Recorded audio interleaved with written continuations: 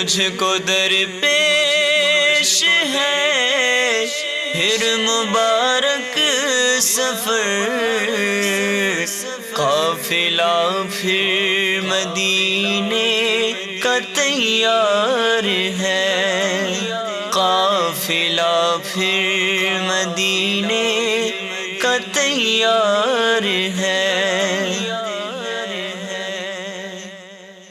الحمدللہ رب العالمین والصلاة والسلام علی سید المرسلین، اما بعد فاعوذ باللہ من الشیطان الرجیم، بسم اللہ الرحمن الرحیم۔ الصلاة والسلام علیک یا رسول اللہ وعلی آلک واصحابک یا حبیب اللہ، الصلاة والسلام علیک یا نبی اللہ وعلی آلک واصحابک یا نور اللہ۔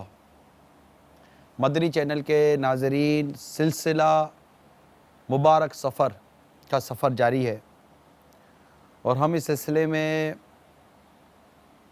مکہ مکرمہ اور مدینہ منورہ کی مبارک حاضری کے حوالے سے کچھ محبت بھری، عشق بھری، پیار بھری، الفت بھری، ذوق بھری، شوق بھری،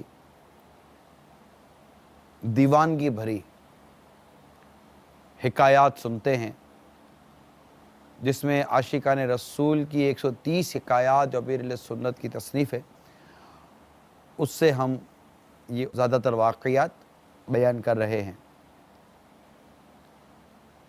موسم حج کا پربہار یہ سما اور ایک تعداد ہے عاشقان رسول کی جو دنیا بھر سے بہت بڑی تعداد میں سفر حج کے تیاری میں مصروف عمل ہے، اور ایک تعداد وہ بھی ہے جو یہ کہہ رہی ہے کہ آہ پلے زر نہیں، رختے سفر سرور نہیں، تم بلا لو تم بلانے پر ہو قادر یا نبی۔ اس میں دل بڑا رکھنا چاہیے کہ کہاں کا منصب، کہاں کی دولت، قسم خدا کی ہے یہ حقیقت، جنہیں بلایا ہے مصطفیٰ نے وہی مدینے کو جا رہے ہیں۔ ایک آہ، ایک تڑپ، ایک کیفیت کا ایسا اظہار ہو جائے جو قبولیت کی منزل کو پالے، پھر دیکھیے کہ کیسے کیسے واقعات رونما ہوتے ہیں، کیونکہ ہجر نبی میں آہ کہاں بے اثر گئی، تڑپے جو ہم یہاں تو مدینے خبر گئی۔ فریاد امتی جو کرے حال زار میں، فریاد امتی جو کرے حال زار میں، ممکن نہیں کہ خیر بشر کو خبر نہ ہو۔ جی ہاں، ممکن نہیں کہ خیر بشر کو خبر نہ ہو۔ حضرت علامہ ابو الفرج عبد الرحمن بن علی ابن جوزی علیہ رحمۃ اللہ القوی اپنی کتاب عیون الحکایات میں تحریر کرتے ہیں کہ ایک پرہیزگار شخص کا بیان ہے، میں مسلسل 3 سال سے حج کی دعا کر رہا تھا، لیکن میری حسرت پوری نہ ہوئی۔ چوتھے سال حج کا موسم بہار تھا اور دل آرزوئے حرم میں بے قرار تھا۔ ایک رات جب میں سویا تو میری سوئی ہوئی قسمت انگرائی لے کر جاگ اٹھی۔ الحمدللہ عز وجل، میں خواب میں جناب رسالت مآب صلی اللہ تعالی علیہ وآلہ وسلم کی زیارت سے شرف یاب ہوا۔ آپ نے ارشاد فرمایا تم اس سال حج کے لیے چلے جانا۔ میری آنکھ کھلی تو دل خوشی سے جھوم رہا تھا۔ سرکار مدینہ راحت قلب و سینہ صلی اللہ تعالی علیہ وآلہ وسلم کی یہ میٹھی میٹھی آواز کانوں میں رس گھول رہی تھی. تم اس سال حج کے لیے چلے جانا. بارگاہ نبوت سے حج کی اجازت تو مل چکی تھی. میں بہت شادہ و فرحہ تھا. اچانک یاد آیا کہ میرے پاس زاد راہ یعنی سفر کا خرچ تو ہے نہیں. بس اس خیال کے آتے غمگین ہو گیا. دوسری رات پیارے آقا مکی مدنی مصطفیٰ صلی اللہ تعالیٰ علیہ وسلم کی خواب میں پھر زیارت ہوئی، لیکن میں اپنی غربت کا ذکر نہ کر سکا. اسی طرح تیسری رات بھی خواب میں بارگاہ رسالت سے حکم ہوا تم اس سال حج کو چلے جانا. میں نے سوچا اگر مکی مدنی آقا صلی اللہ تعالیٰ علیہ وسلم چوتھی بار بھی خواب میں تشریف لائے تو میں اپنی حالت کے متعلق عرض کر دوں گا کہ آہ پلے زر نہیں، رختے سفر سرور نہیں. آہ پلے زر نہیں، رختے سفر سرور نہیں. تم بلا لو، تم بلانے پر ہو قادر یا نبی. خیر، چوتھی رات پھر سرور کائنات شاہ موجودات صلی اللہ تعالیٰ علیہ وآلہ وسلم نے میرے غریب خانے پر جلوہ گری فرمائی اور ارشاد فرمایا تم اس سال حج کو چلے جانا. میں نے دست بستہ عرض کی میرے آقا، میرے مولا، میرے ملجا،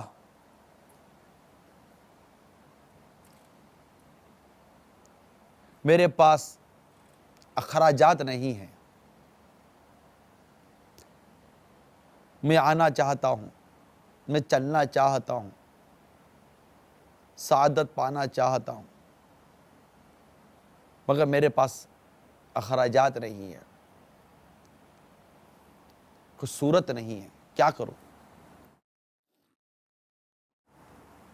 ارشاد فرمایا تم اپنے مکان میں فلاں جگہ کھودو، وہاں تمہارے دادا کی زرہ موجود ہوگی. اتنا فرما کر سلطان بحر و بر صلی اللہ تعالی علیہ وسلم تشریف لے گئے. صبح جب میری آنکھ کھلی تو میں بہت خوش تھا. نماز فجر کے بعد آپ صلی اللہ تعالی علیہ وآلہ وسلم کی بتائی ہوئی جگہ کھودی تو وہاں واقعی ایک قیمتی زرہ موجود تھی، بالکل صاف ستھری تھی، گویا اسے کسی نے استعمال ہی نہیں کیا. میں نے اسے 4000 دینار میں بیچا اور اللہ کے کرم سے آقا صلی اللہ تعالیٰ علیہ وسلم کی نظر عنایت سے اسباب حج کا خود ہی انتظام ہو گیا. یعنی جب بلایا آقا نے خود ہی انتظام ہو گئے. طرب یہ ایک موضوع ہے کہ ہم ترپے جو ہم یہاں تو مدینے خبر گئی. میں نے خود اپنی آنکھوں سے ایسے زائر مدینہ کو دیکھا ہے، بلکہ مجھے وہ وقت، وہ لمحہ بھولتا نہیں ہے جب امیر اہل سنت نے سفر مدینہ کا قصد کیا تھا، اور ایک انداز تھا، ایک ترکیب تھی. آپ پہنچے تو میں بھی وہاں حاضر تھے ایئرپورٹ پر. ہائروف سوزوکی میں امیر اہل سنت تھے، احرام کی چادریں پہنی ہوئی تھیں، اور اندر میں کلام چل رہا تھا. مجھ کو درپیش ہے پھر مبارک سفر، قافلہ پھر مدینے کا تیار ہے. نیکیوں کا نہیں کوئی توشہ فقط، میری جھولی میں اشکوں کا ایک ہار ہے، جرم و عصیاں پہ اپنے لجاتا ہوا اور اشک ندامت بہاتا ہوا، تیری رحمت پہ نظریں جماتا ہوا، در پہ حاضر یہ تیرا گناہ گار ہے، تیرا ثانی کہاں شاہ کون و مکان، مجھ سا عاصی بھی امت میں ہوگا تیرے عفو و کرم کا شہ دو جہاں، کیا کوئی مجھ سے بڑھ کر بھی حقدار ہے، مجرموں کو شہا بخشواتا ہے تو، ساری امت کی بگڑی بناتا ہے تو، غم کے ماروں کو سینے لگاتا ہے تو، بے کسوں غم زدوں کا تو غم خار ہے، ٹھوکریں در بدر کب تلک کھاؤں میں، آقا ٹھوکریں در بدر کب تلک کھاؤں میں، پھر مدینے مقدر سے جب آؤں میں، کاش قدموں میں سرکار مر جاؤں میں، یا نبی یہ تمنائے عطار ہے، یا نبی یہ تمنائے سگ عطار ہے۔ اس کلام کو یہ چل رہا تھا حاجی مشتاق رحمت اللہ تعالیٰ علیہ کی آواز میں، اور مجھے وہ کیفیت یاد ہے کہ باپا گاڑی سے اتر نہیں پا رہے تھے، جیسے کہ تڑپتا ہے نا آدمی، بلکتا ہے، وہ ایک کیفیت تھی۔ اس طرح کی کئی کیفیتیں میں نے امیر اہل سنت کی دیکھی ہیں سفر مدینہ کے لیے، گھر سے نکلتے وقت اور راستے میں وہاں کی ایک اپنی کیفیت ہوتی ہے۔ تو یہ جو بے قراری ہے نا میرے پیاروں میٹھے اسلامی بھائیوں اور میرے مدنی چینل کے ناظرین، اس بے قراری کو پانے کی ہمیں کوشش کرنی چاہیے۔ اگر انتظام نہیں ہے، سفر کی کوئی صورت نہیں ہے، میں ایک اسلامی بھائی کو جانتا ہوں، ان کو بڑا مدینے جانے کا شوق تھا، ان کے اسلامی بھائی وغیرہ جو تھے، مدینے کا ان کا سفر تھا، مگر اسباب نہ ہونے کی وجہ سے وہ سفر پر جا نہیں پا رہے تھے۔ تو ایک کلام انہوں نے سنا کہ مدینے کے والی مدینے بلا لو، یہ پیغام لے جا صبا جاتے جاتے، ہاں پیغام لانا میری حاضری کا، برائے کرم مہرباں آتے آتے۔ اور اس طرح کے دیگر کلام جب انہوں نے سنے، ان کی تڑپ اور بلکنے کا ایک اپنا عالم تھا، اور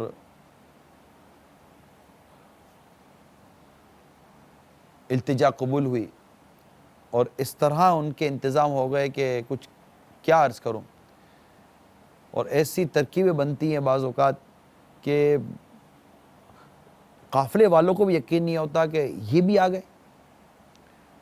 جو یہ طرب اور یہ جو بے قراری ہے نا، اس کا ایک اپنا معاملہ ہے۔ تو یہ طرب اور بے قراری جب کا یہ واقعہ جو میں نے آپ کو بھی سنایا کہ ان کی طرب اور بے قراری کے آرزوئے حرم میں دل بے قرار ہو رہا تھا، آرزوئے حرم ہے سینے میں، اب تو بلوائی یہ مدینے میں، حاجیو مصطفیٰ سے کہہ دینا غم کے مارے سلام کہتے ہیں۔ یہ سنیں جو نہیں جا پا رہے، یہ تو ایام ہیں اس طرح کے کلام سننے کا کہ وہ مدینے کی یاد، مدینے کی طرف، یعنی جنہوں نے فارم بھرے ہوئے ہیں، جن کا سفر ہے، وہ اس طرح کا کلام پڑھیں، اس طرح کا کلام سنیں۔ یک واقعی میں صحیح کہہ رہا ہوں آپ کو کہ خوش الحان نعت خواں کے اس طرح کے کلام سننے سے، مقتدى المدینہ سے الحمدللہ آپ کو یہ کیسٹیں اس طرح کے کلام مل جائیں گے کہ جو مدینہ منورہ کا سفر کر رہے ہیں، حج پہ جا رہے ہیں، ان کے کلام کون سے ہیں۔ جو نہیں جا پا رہے، یاد مدینہ میں، مکہ مکرمہ میں، یا خدا حج پہ بلا آ کے میں کعبہ دیکھوں، کاش ایک بار میں پھر میٹھا مدینہ دیکھوں۔ تو یہ اس طرح کے بہت سارے کلام ہیں. کاش مجھ کو پھر حج کا اذن مل گیا ہوتا. تو یہ بہت سارے کلام مجھے ابھی، حالانکہ یہ ذہن میں نہیں تھا، لیکن اب چونکہ ایک موضوع سے چل پڑا تو وہ یاد آ رہے ہیں اس کلام کے اشعار. تو اس طرح کے کلام سنیں تو ایک تڑپ پیدا ہوتی ہے، بھوک سی اٹھتی ہے اندر سے، ایک بے قراری سی اٹھتی ہے کہ سب مدینے کو گئے، ہم رہ گئے. اور پھر اللہ تبارک و تعالیٰ کی بارگاہ میں، اس کے پیارے حبیب صلی اللہ تعالی وسلم کی بارگاہ میں آہ و التجا ہوتی ہے، آنسو نکلتے ہیں، دل بے قرار ہوتا ہے، اور نہ جانے کون سی بے قراری قبول ہو جائے، کب کس پر کرم ہو جائے. اور کیا عجب اس کو بھی میرے آقا صلی اللہ تعالیٰ علیہ وسلم کا دیدار ہو جائے، اس کو سرکار صلی اللہ تعالیٰ علیہ وسلم کا جلوہ نصیب ہو جائے، اور وہ اس مبارک سفر کا سفر اختیار کرنے والوں میں اس کا نام بھی شامل ہو جائے. میرے آقا صلی اللہ تعالیٰ علیہ وآلہ وسلم کی نظر عنایت تو دیکھیے. اور پھر میں تو کہتا ہوں یہ بزرگ کتنے عالی شان بزرگ تھے کہ جنہیں پے در پہ سرکار صلی اللہ تعالیٰ علیہ وآلہ وسلم کی زیارت نصیب ہو رہی ہے. اور سرکار صلی اللہ تعالیٰ علیہ وآلہ وسلم خود خواب میں تشریف لا کر ارشاد فرما رہے ہیں کہ تم اس سال حج کو چلے جانا.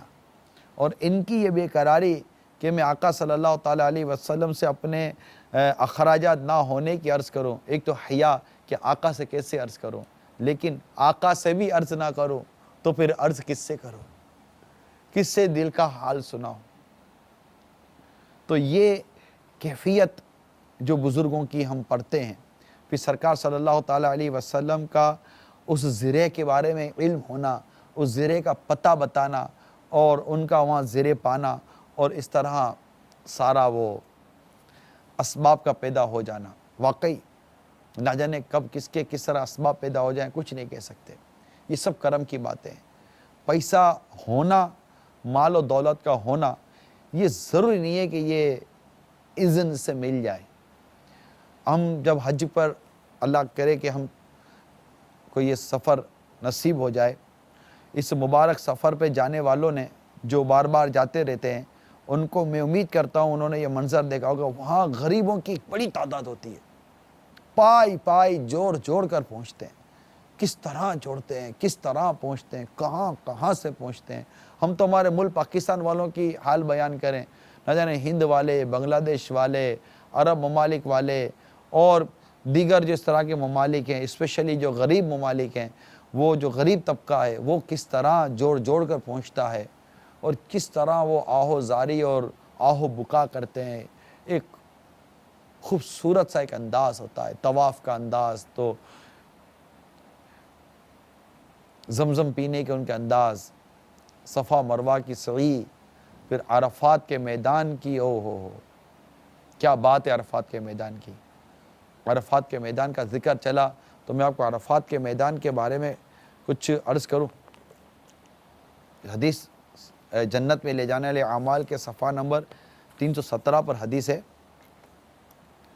کہ حضرت سیدنا ابن عباس رضی اللہ تعالیٰ عنہما فرماتے ہیں کہ فلاں شخص عرفہ کے روز سرکار مدینہ صلی اللہ تعالیٰ علیہ وسلم کا ردیف تھا، یعنی سرکار صلی اللہ تعالیٰ علیہ وسلم کے ساتھ آپ کی سواری پر سوار تھا. وہ نوجوان عورتوں کو دیکھنے لگا اور عورتوں نے بھی اس کی طرف دیکھا. تو رسول اکرم صلی اللہ تعالیٰ علیہ وسلم نے فرمایا، اے نوجوان، یہ وہ روز ہے، یہ وہ دن ہے کہ جو شخص اس میں اپنی سماعت یعنی سننا، اپنی بصارت یعنی دیکھنا، اور اپنی زبان بولنا پر قابو پالے، اس کی مغفرت کر دی جاتی ہے.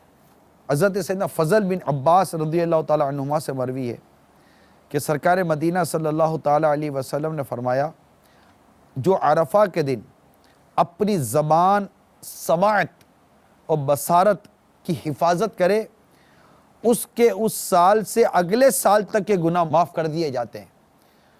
تو اب یہاں پر یہ بات ضرور عرض کروں گا کہ ظاہر ہے کہ اب ہماری ایک طبیعت ہے کہ نہ کانوں کی حفاظت کا ذہن ہے، نہ زبان کی حفاظت کا ذہن ہے، نہ آنکھوں کی ہماری حفاظت کا ہمارا اتنا کوئی ذہن بنا ہوا ہے۔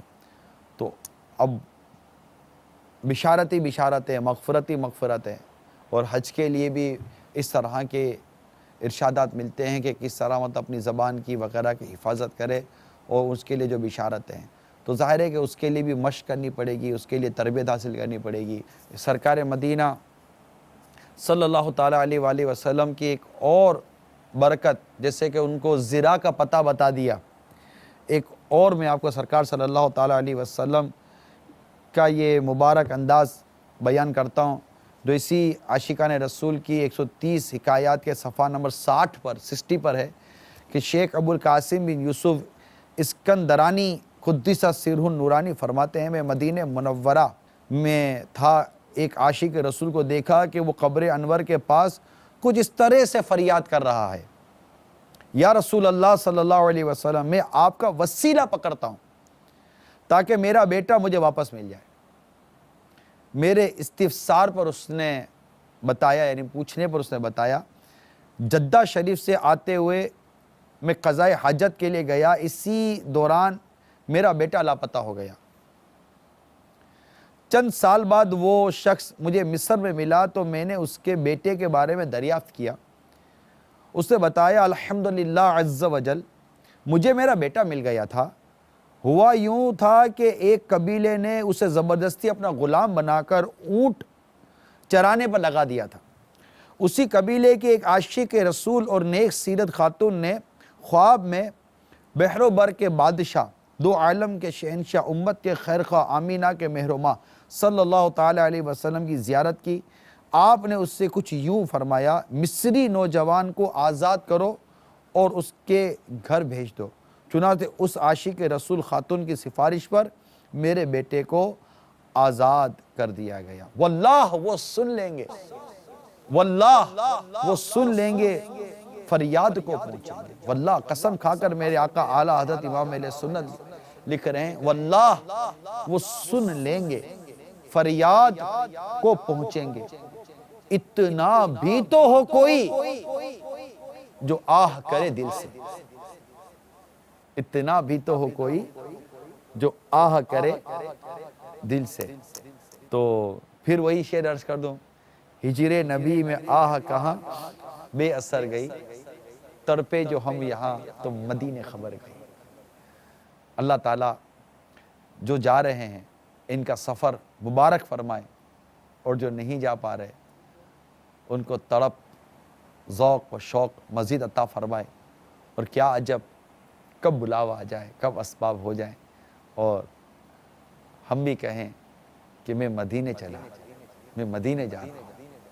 اللہ تبارک و تعالی ہم سب کے دین و ایمان، جان و مال، عزت آبرو، گھر بار، کاروبار، رزق حلال، اہل و عیال، نسبتیں سب کی حفاظت فرمائے، آمین، بجائے ہند نبی جی الامین صلی اللہ تعالی علیہ وآلہ وسلم۔ صلو علی الحبیب صلی اللہ تعالی علی محمد۔ مجھ کو درپیش ہے پھر مبارک سفر، قافلہ پھر مدینے کا تیار ہے، قافلہ پھر مدینے کا تیار ہے۔